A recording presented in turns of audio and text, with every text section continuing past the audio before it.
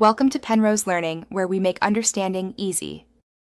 In this video, I will show you how to make delicious rice roti. First, let's gather our essential ingredients. You'll need 1 cup of fine rice flour, about 3/4 of a cup of hot water, and 1/2 teaspoon of salt. Additionally, have 1 tablespoon of cooking oil ready. These simple components are the foundation for perfectly soft and pliable rice rotis, a wonderful addition to any meal. Let's get started with preparing our dough. Now, let's craft our dough. In a large bowl, combine your 1 cup of rice flour with 1/2 teaspoon of salt.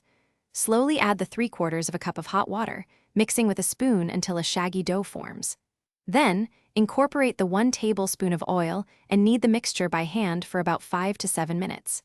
You want a smooth, soft, and pliable dough that is not sticky to the touch. This careful kneading ensures your rotis will be wonderfully soft. With your dough ready, it's time to shape and cook. Divide the dough into 8 equal portions, rolling each into a smooth ball. Lightly flour your surface and roll each ball into a thin, round disc, approximately 6 inches in diameter. Heat a griddle or tawa over medium-high heat. Cook each roti for about 1 to 2 minutes per side until you see golden brown spots and it begins to puff up. This quick cooking ensures a soft texture. Your delicious rice rotis are now ready to be enjoyed. Serve them warm, straight from the griddle.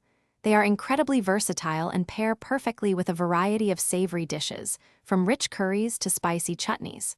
For an extra touch of flavor and softness, you can brush each roti with a little ghee or butter. If you have any leftovers, store them in an airtight container at room temperature for up to 1 day. Enjoy your homemade rice roti. Thanks for watching. If this was helpful, leave a like and consider subscribing. See you next time.